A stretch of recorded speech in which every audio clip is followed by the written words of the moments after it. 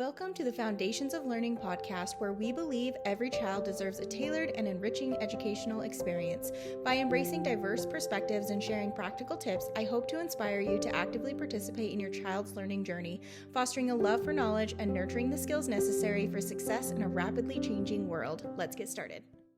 Hello and welcome back to the podcast. Today we are going to talk about the reading wars. How did we get to where we are today in our education system where 66% of fourth graders are not reading on grade level and 69% of eighth graders are not reading on grade level? How did we get here? Have we always been here? Did it start in 2020? Was it the pandemic? We're going to talk about it.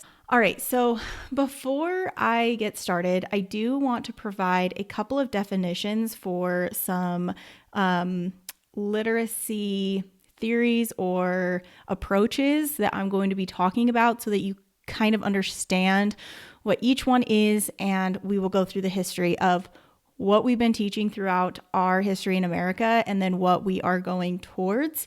So the first thing I want to talk about is the whole language method.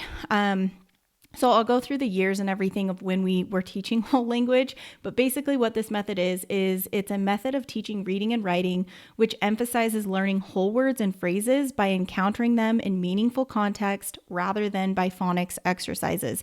So basically we just taught kids to memorize words. Think like the Dick and Jane books. Those were books where it was based more on memorization or using like picture cues or context to try to figure out a word.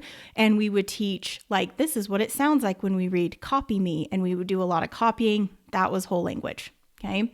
Then you have balanced literacy. So balanced literacy is a method that uses both phonics and whole language theory. So like in the beginning, like in kindergarten and stuff, they would teach the letter sounds. They would teach phonemic awareness, which phonemic awareness is the ability to segment individual sounds in a word or blend those individual sounds together to make a word. And then also memorizing sight words.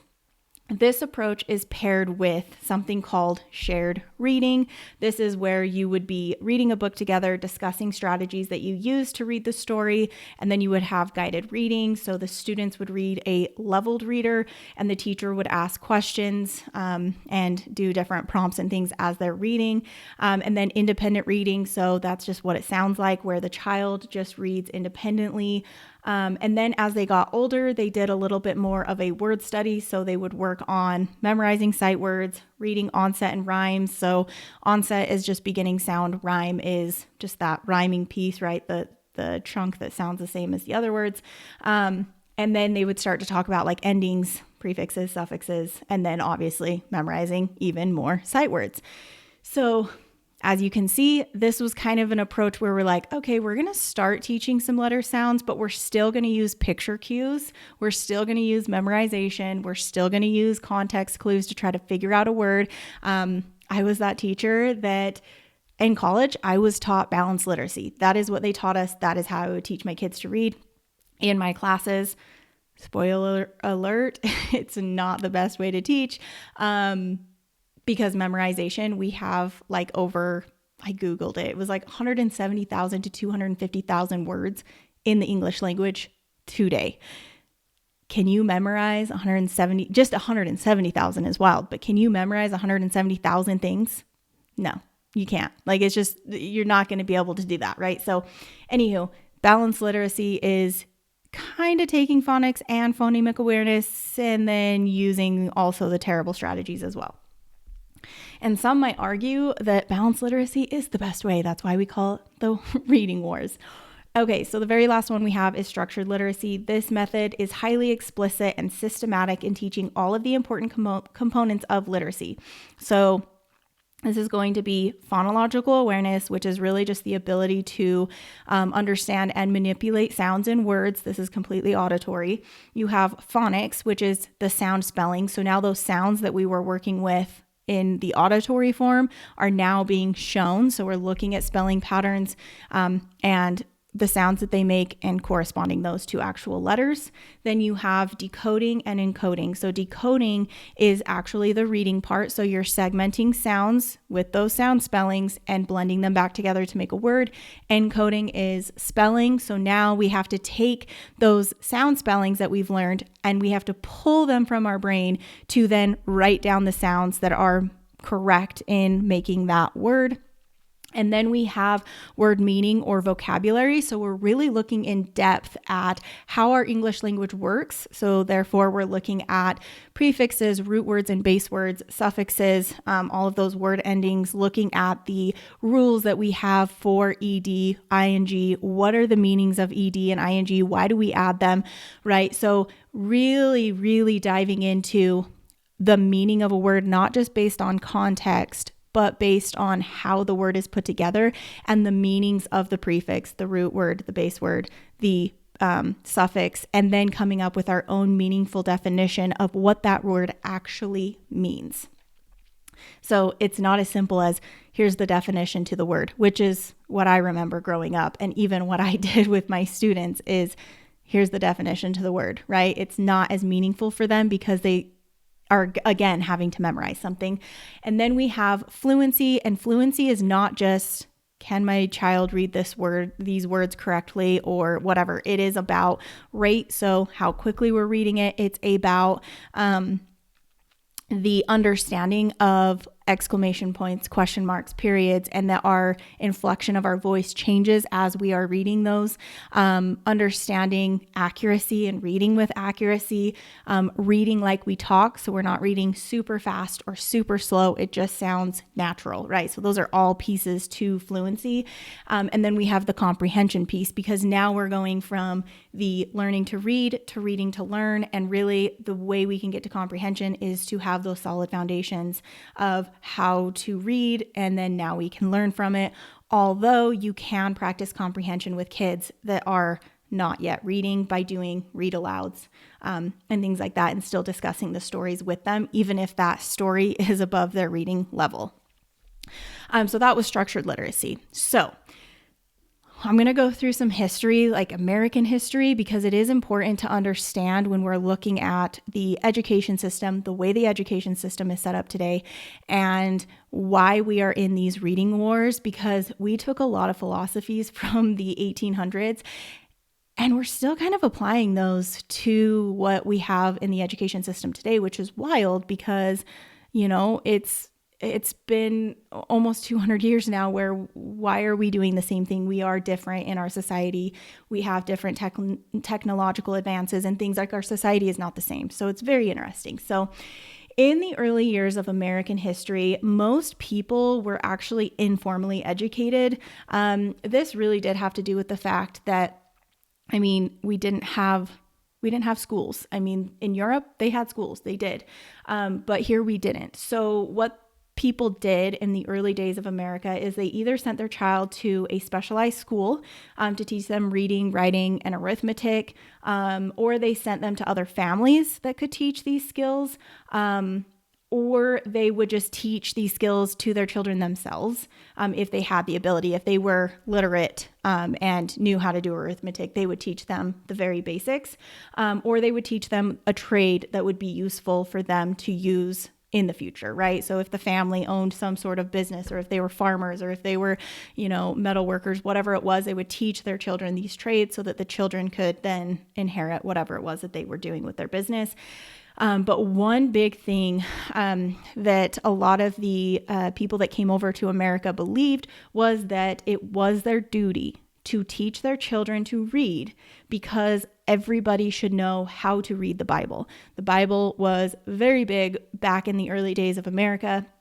And they thought, like even our founding fathers thought, like it is your duty to ensure that your child knows how to read so that they can read the Bible, because the Bible teaches us very important, morals or whatever, beliefs, values, whatever you want to say. Okay. So it was important that they did know how to read. So how did they teach their kids to read? What were they doing? What were they using? Did they just know how to do this? Were they using memorization? What were they doing? So The most popular book it was actually, so the best-selling book was the Bible, but like the second best-selling book was a book called The New England Primer. It was published in 1690, and it actually taught children to read using a phonics approach. So what that means is that they would teach them the sound spellings. So they would, obviously teach them the letter sounds of the alphabet, and they would teach them like individual spellings, like vowel teams and diphthongs and things like that. Like they were actually teaching them the sound spellings. And that was the most popular approach to teaching reading of the time until the 1800s. So I'm talking like mid to late 1800s. So obviously America, 1776, that was our founding, right? But so like 100 years or so or less had passed. And so now we were more developed, right? Our country was developing a little bit more. We had our cities, and now we were starting to have schools pop up. Most of the schools that were popping up were actually like what we would consider high schools, or they would call them like specialized schools. So the parents were still teaching the very basics of reading, writing, and arithmetic. And then they would send their kids to a school that was more specialized so that they could actually specialize in something and advance their own knowledge in certain topics. So the families were still primarily teaching their own children the very basics of like what we teach in elementary schools. And really the schools that were popping up were in Massachusetts. Like that's where it was originating. So there is a man named Horace Mann. He is known as the father of the American education system. A lot of his philosophies kind of carried over into what our education system is today. He obviously wasn't the one that really started the compulsory schooling, although his philosophies were, from what I've read, very foundational to what our schools are today. So although he wasn't the one that really pushed for not that he didn't push for compulsory schooling, he definitely did. And he definitely believed that the school system was the mother to our children, and that the state had a responsibility to educate everyone. But his view of what we should be doing with education and what we should be teaching and all of that stuff is not really what we're doing today, but it kind of goes in the same realm. So I'm going to kind of go through some things that he talked about. So he actually had a journal called the Common Journal, or the Common School Journal. And before I go over this too, Horace Mann, he was like a political figure. He was an educator, all of that stuff. So anywho, that's kind of who he was. But I'm going to read some inserts from his journal that he started in 1852. It was said to be one of the most important education journals of its time, and this journal was devoted to the cause of education. It proposed to improve the common schools, that's what they called, like what we would call public schools today, and other means of education, to report on laws relating to schools and on the proceedings of the Massachusetts Board of Education, as well as to explain the duties of parents and teachers and address children on good behavior. So Massachusetts was really like the hub of what started the wildfire of schools. They were kind of the ones that set the precedent of what the schools were going to look like, how we were going to teach the kids, what type of teacher training needed to happen, and so on. So it really was kind of the foundation of what we were starting to do in America with educating everyone.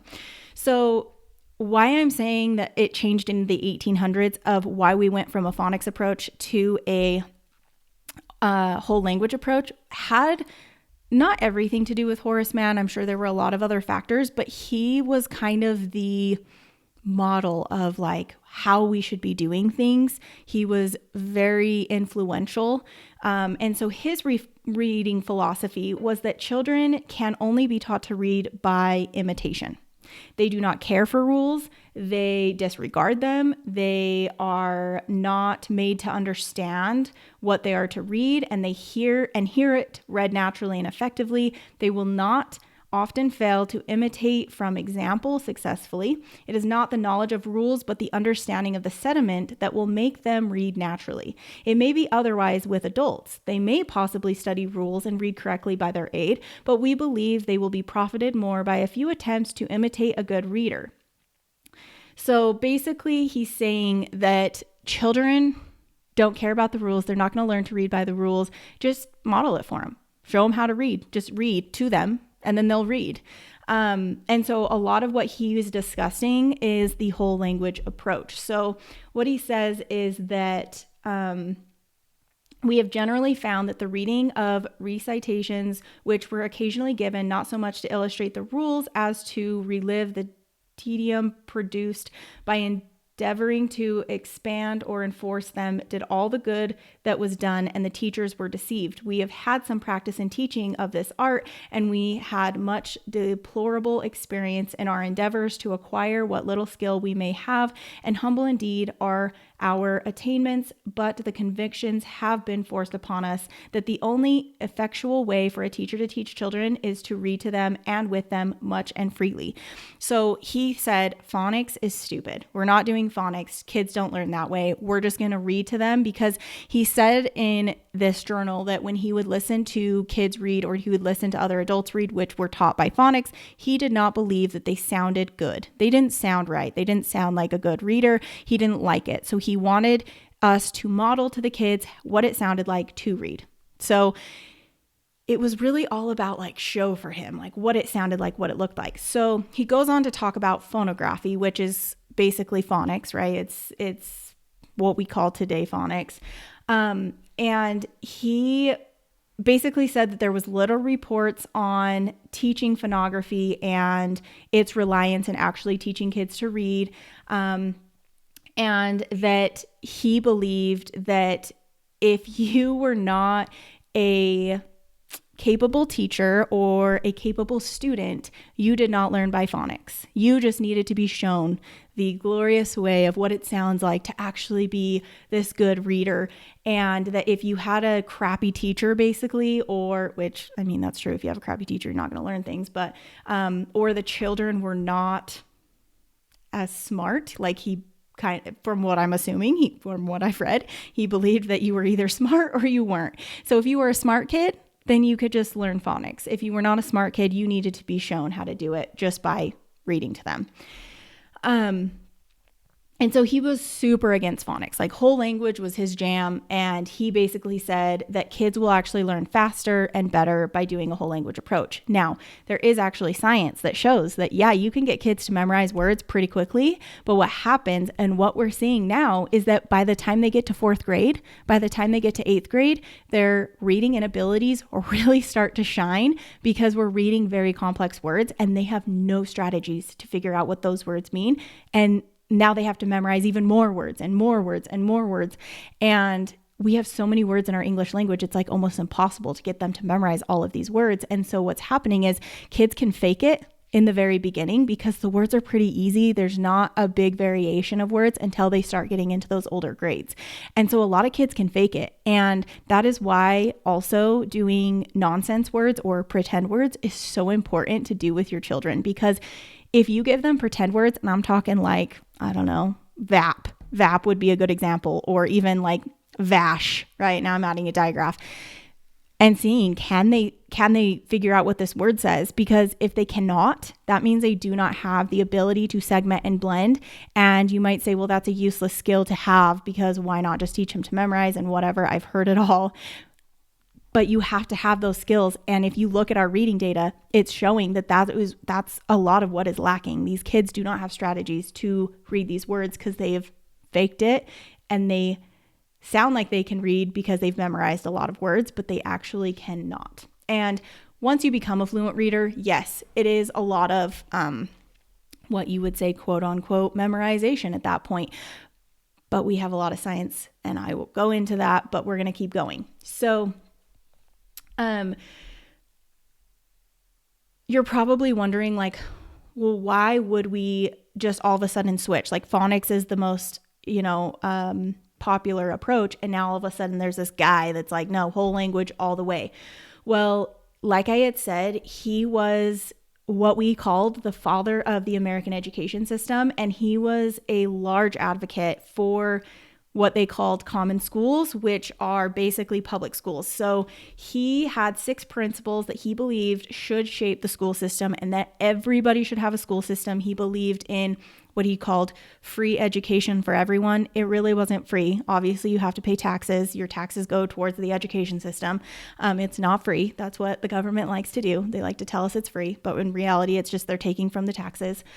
And so these were his 6 principles. And when I read them, it's really funny because it does encompass a lot of what our education system is set up on today. So the first one, citizens cannot maintain both ignorance and freedom. True.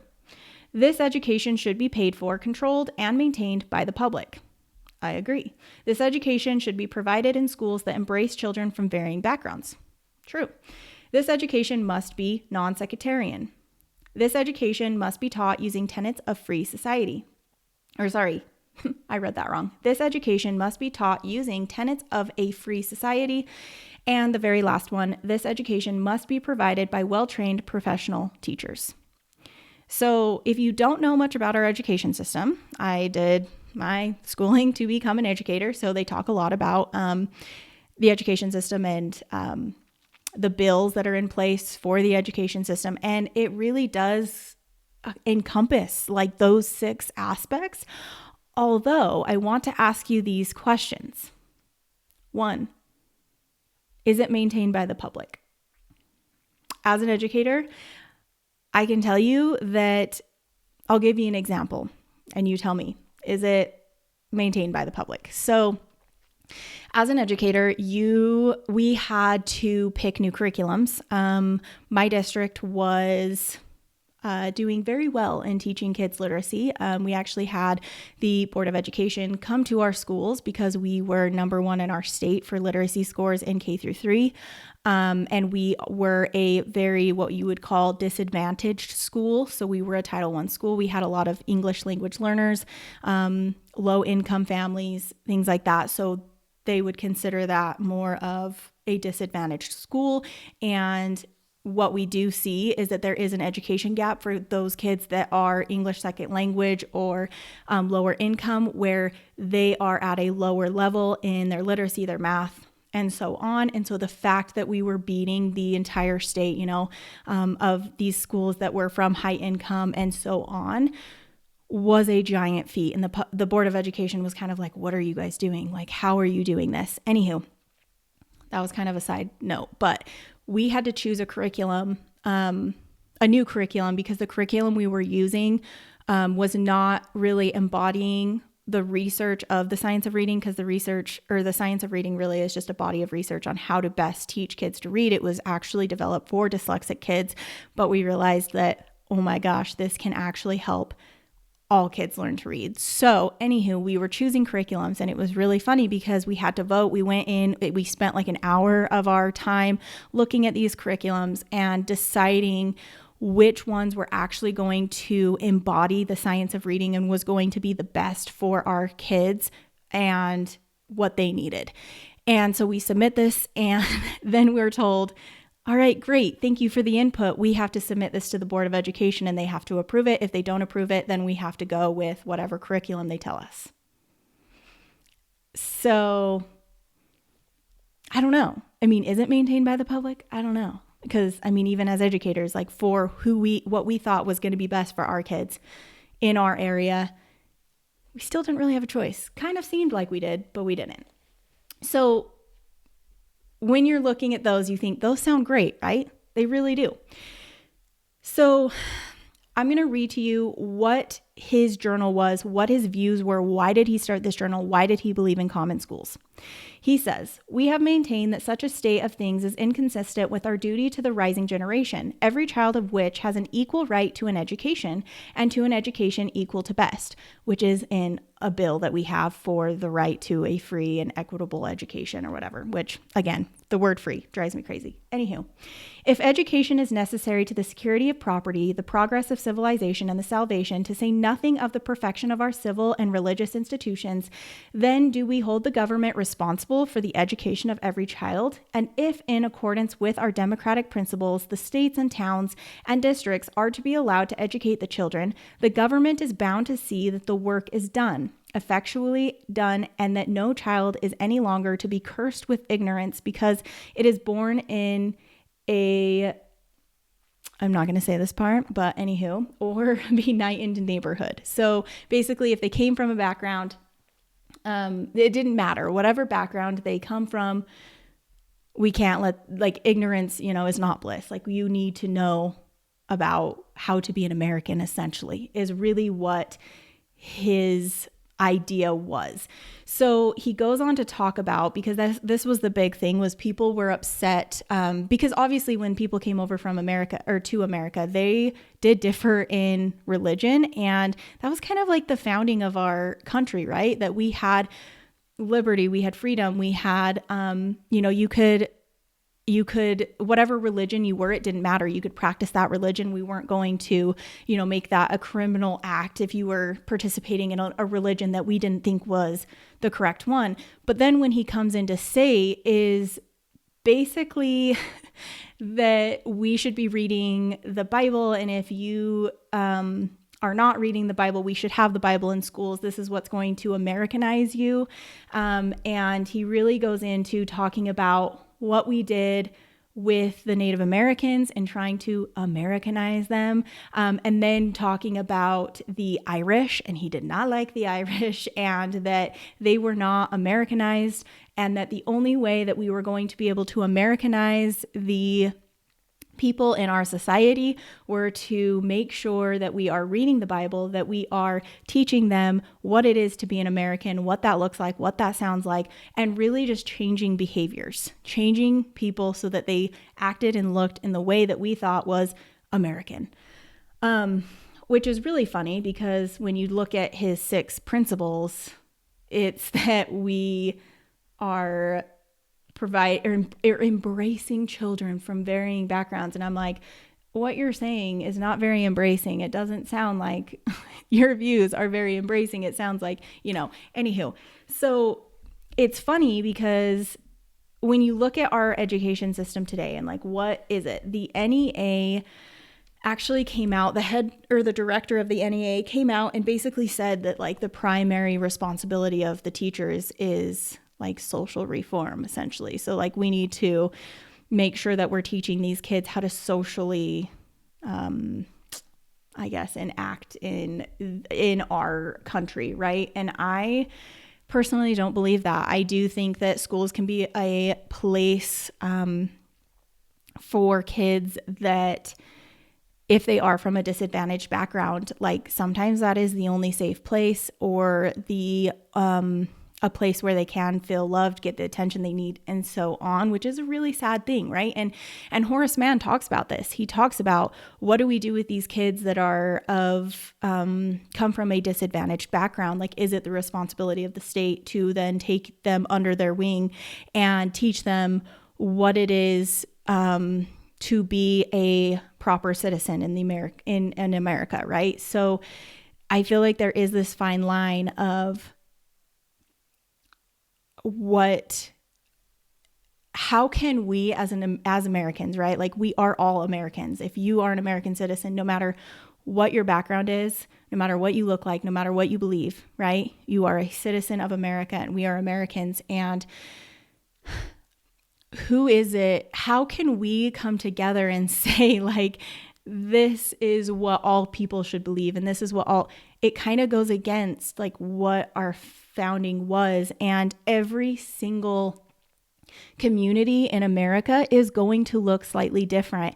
If you travel around America, you can see that if you go to California, their culture, their beliefs, the way that their communities are set up are going to be very different. And even if you travel from one end of California to the next, cities are going to look different and each community is going to look different. So how can we sit there and say we have to make sure that everybody in the country is at an understanding? Yes, there are certain things that we have to understand, but I think it's more about how to be a good person and how to treat others well and hard work, critical thinking, problem solving. Like there are certain things that yes, we should be teaching, but there are things that I feel that the education system is starting to infringe upon on values of families that they're like, I've seen it, right? Families are like, well, that is not what I believe. I don't want my child to be taught those things. And I think it's important to kind of take a look at that and say, maybe we need to decentralize it a little bit more. We need to not be so centralized in our views of the education system. And we need it to be based on, like he said in one of his principles, that it should be controlled and maintained by the public. And the public, I feel like, is so overreaching in America that it's like it needs to be into smaller chunks or societies, right? Like we can all agree that we all need to be great humans to one another. That's something we can agree on. But anywho, I believe that the school system really should be about teaching the child to read, to write, do arithmetic, science, history, like all of those things so that they can go into whatever direction they want in whatever their future endeavors are. But I don't believe it's the teacher's number one role to like socially reform everyone. Like I don't agree with that. Maybe you do. And that's totally fine, right? We all have beliefs and things and we can agree to disagree. So anywho, he goes into talking about that and you're probably wondering like, why the heck are you telling me all these things? It's because we actually did the whole language, what he was talking about in the mid to late 1800s. It started to pop up like wildfire. And all of a sudden we decided that whole language was the best approach to teaching kids to read. And we took the whole language approach for a very, very long time. By the 1950s, the whole language approach was considered conventional wisdom of teaching students to read, thinking that children should read for meaning from the very beginning by memorizing sight words and using context and picture cues. Like I said, think Dick and Jane books. Okay. In 1955, American children were not proficient readers and writers, thus began another reading war like previous in the 1800s. So we went from like 1850s, we were like saying that like whole word language, and all of a sudden wildfire, everyone's doing whole word language or whole language learning. And then in the 1950s, 100 years have passed and we're like, well, hold on.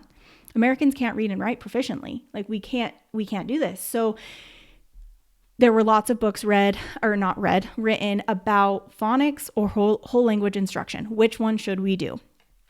So by the 1960s, we began investigating through psychology, education, linguistics, and neuroscience on how children actually learn to read. And we were beginning to find that the explicit and systematic phonics approach was far superior than whole language in teaching kids to read based on what we were seeing happening just in their abilities and also in their brain, because we were starting to realize what parts of our brain actually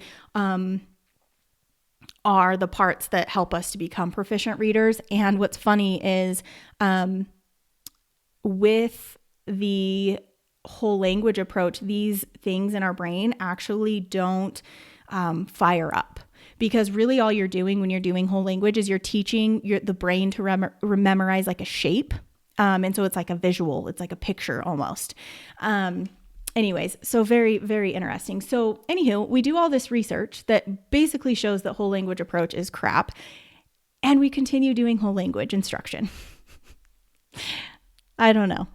Don't ask me like why. I don't know. So then in the 1990s, okay, still in the 90s, we're like, okay, whole language is not working. Our kids still can't read and write. So let's try something different. Let's do balanced literacy. So in the 90s, we're doing balanced literacy, which I had talked about what that was, right? So we're incorporating some phonics, but still sticking to that whole language approach. And so now we're in this literacy war of, all right, we're going to do balanced literacy. This is how we're going to teach kids. And here we are in 2022. And as of 2022, majority of teachers are still using a balanced literacy approach. And how is that going? Well, I told you at the beginning, 66% of fourth graders are not reading on grade level. 69% of eighth graders are not reading on grade level. And I urge you to just go Google like fourth grade reading level or eighth grade reading level. And you will put your palm to your face and say, what the heck? Why can kids not read these things? It is because we were still practicing a balanced literacy approach.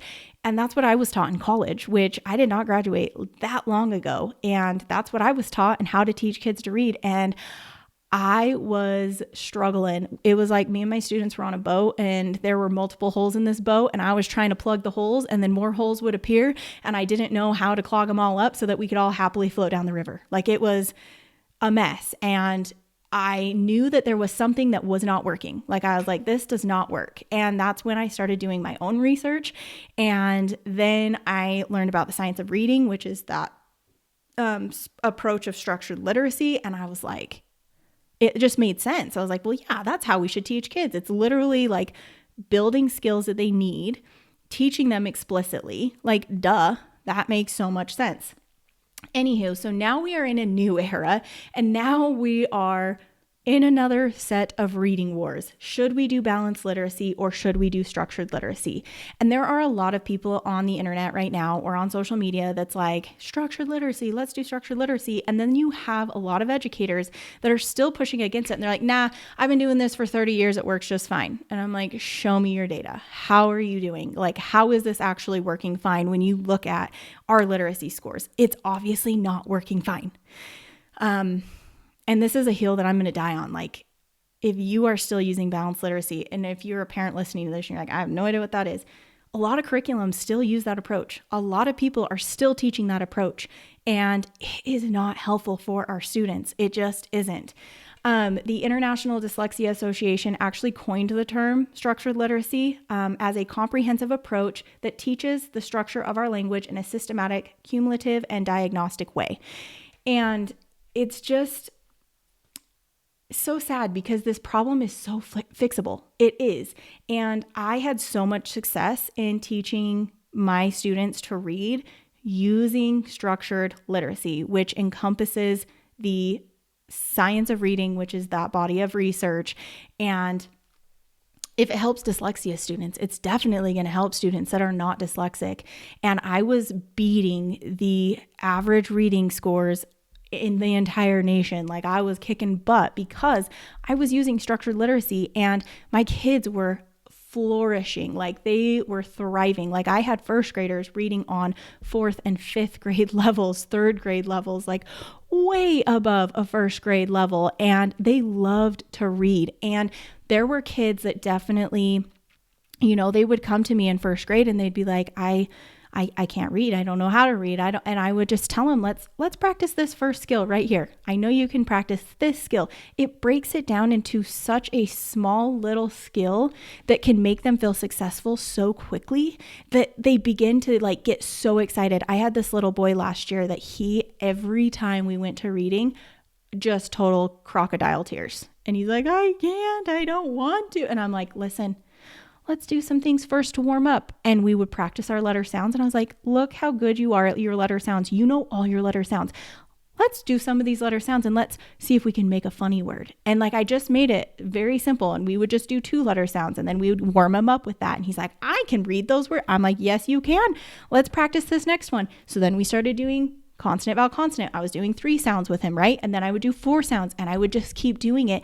And eventually he was like, oh, I can read. I can do this because I gave it to him in little chunks. I built upon in a very systematic and explicit way. And we worked together. And then he was the one that he would literally, after his math was done, he's like, can I go read a book?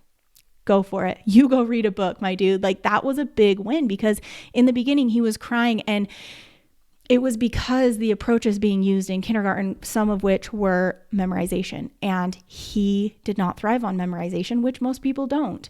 And so for him, it was like he just felt like he was at a loss, like he had to memorize these words and he wasn't good at memorizing them. And when I gave him an approach, a strategy to actually read words, it was like this thing clicked and he felt confident, he knew how to do it. And that is what can happen when we use best practices. So the reading wars make me very angry because I have been there, I have done that, and I have seen that we can fix this problem, but we're still fighting over stupid things like balanced literacy or structure. Dudes, we have the science. Like, what are we waiting for? So I just want you to know that you have the ability to, if you are a parent, help your child to learn to read in a very systematic and explicit way. Be successful in that, and your child will actually love reading because they are confident. They know how to do it. They have the strategies. They find it really fun to look at our words and like know that it's like a puzzle. You can literally put different pieces together and make a silly word or make a word mean something different. It's so fun for them to play with our English language. And when you are teaching the best strategies, they will be confident, and you can do this. You don't have to have a fancy educational degree, because I have a fancy education degree and it did me no good. It did not teach me best practices. So if you are ever interested in learning how to teach your child to read in an effective way that will actually breed confidence and they will thrive and you can be successful in teaching them and they can be successful in reading, check out my online course that I created for parents. I use the research of the science of reading, but provide you with the strategies that you use within structured literacy to teach the concepts that they need to be confident and proficient readers and writers. As always, I hope that this podcast was helpful. I hope that you learned something new today, or that you can take something from that and maybe it inspires you to take charge of your child's education, whatever it is. But as always, keep learning and have a fantastic